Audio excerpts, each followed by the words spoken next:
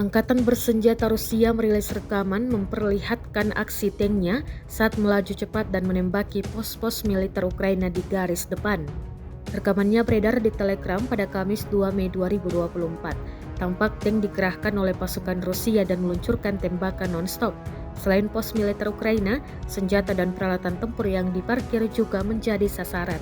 Dalam keterangan unggahan disebutkan, inilah pekerjaan tempur tank dari Brigade Tank Terpisah ke-5. Serangan diklaim sukses membuat sejumlah pos hingga peralatan Ukraina hancur. Rekamannya pun menuai berbagai komentar dari warganet. Diketahui perang Rusia dan Ukraina memasuki hari ke-780 pada Jumat 3 Mei 2024. Rusia kembali meningkatkan serangannya terhadap sejumlah wilayah Ukraina.